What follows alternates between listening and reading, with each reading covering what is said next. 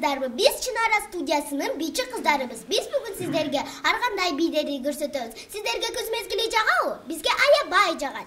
Жалбырактын түрүгө бири жашыл, бири күз келгенде саргайып, сабагынан күбүлөт, жалбырагы ийнедейт. Карагайдын арчанын түсүн такыр өзгөртпөй жашаса да канча жыл. Жалбырагы аккандай тоо таладан көп көрдүм. Барбы жокпу айткыла, жалбырактын сөлксөлдүн.